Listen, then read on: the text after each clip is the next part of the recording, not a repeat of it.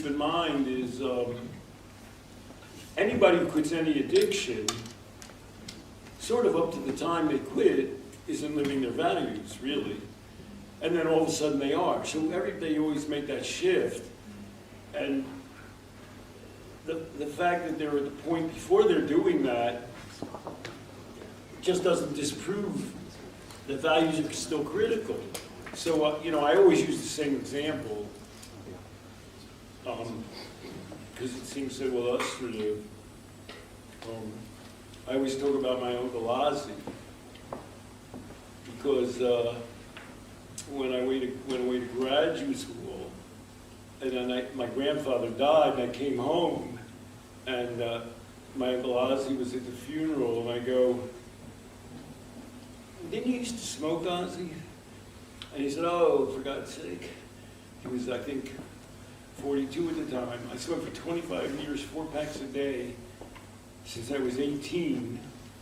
And my Uncle Ozzie fixed TVs and radios. He smoked unfiltered cigarettes, so he'd always have one lit by the table. I mean, you know, it's almost like being on an IV, having the nicotine constantly go in. And I said, I was still just in graduate school, but I don't like to waste my time on small talk, you know? So I said, "Well, why'd you quit?"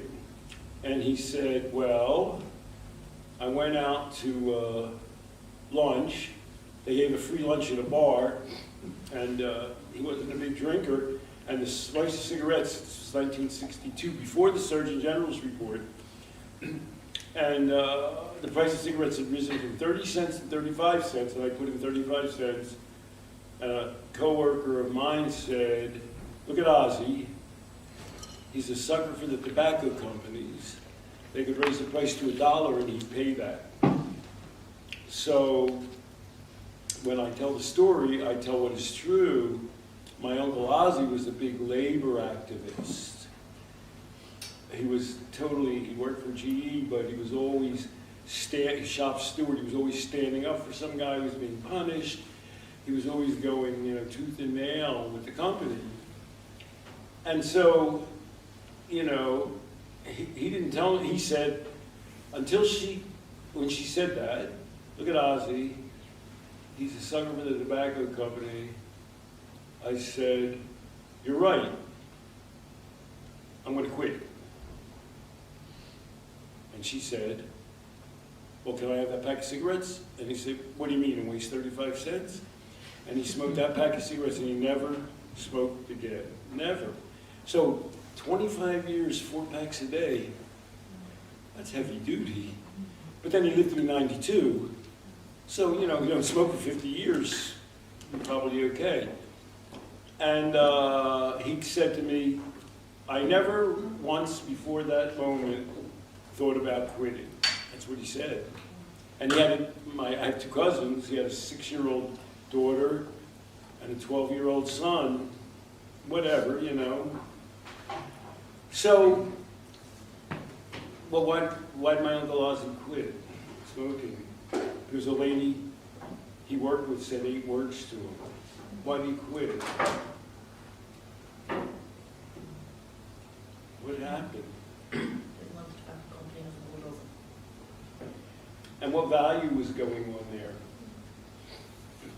What value was my Uncle Ozzie?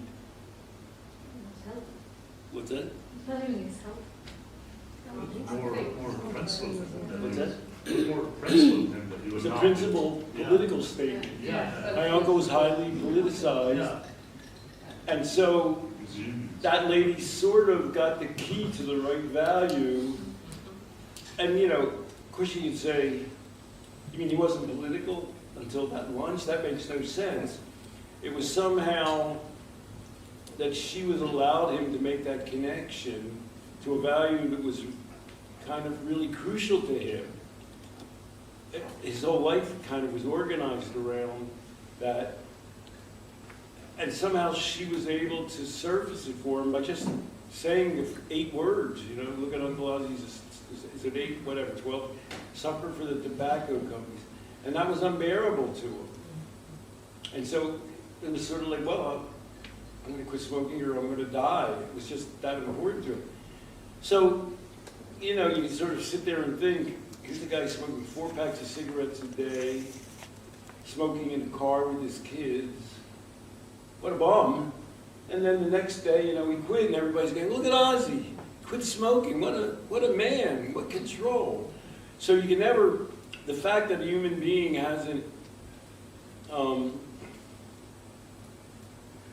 expressed their values doesn't mean A, that they don't have those values, that B, they can't be surfaced, and that C, they can't abide by them. So one literature I read about, I don't think you have it, I think I asked Liam, you don't have wet housing here, do you? Not in Galway, but we would have in different parts of the country. So, you know, they do interviews with people when they give them wet housing, and people they have values, you know, I mean, they're not in a good place, but they say, you know, I want to live a good life. I want to respect myself. You know, I don't want to mess up everything in my life. People have those values in them. It just takes the kind of certain amount of skill sometimes to navigate around them and get them out. So, you know, a values approach, it always works. It's always worked. It's always worth exploring. And because a person's not prepared to express their values at point A, doesn't mean that that's still not a really powerful tool at point B. And even if you're talking with them about their values and they're still struggling to make them work, it's still worth doing.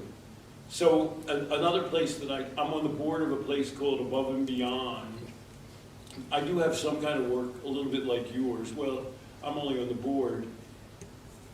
It's in inner city Chicago, and it's a man named Brian Cressy. He's some kind of famous billionaire investor. He set up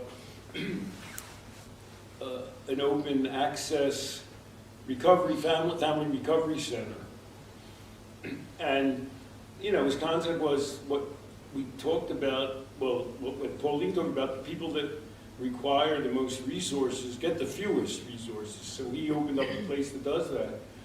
And, you know, at the board meetings, he'll have a guy come in, you know, and they're homeless. They've been addicted for years. They're not people in a good place. But still, you know, a guy will say, well, I really want to reconnect with my grandson, you know what I mean? And, you know, then you go, you know, how's it going? And, well, I didn't see him this month. But, you know, it's still very much on his mind. It's still something he very much wants to pursue.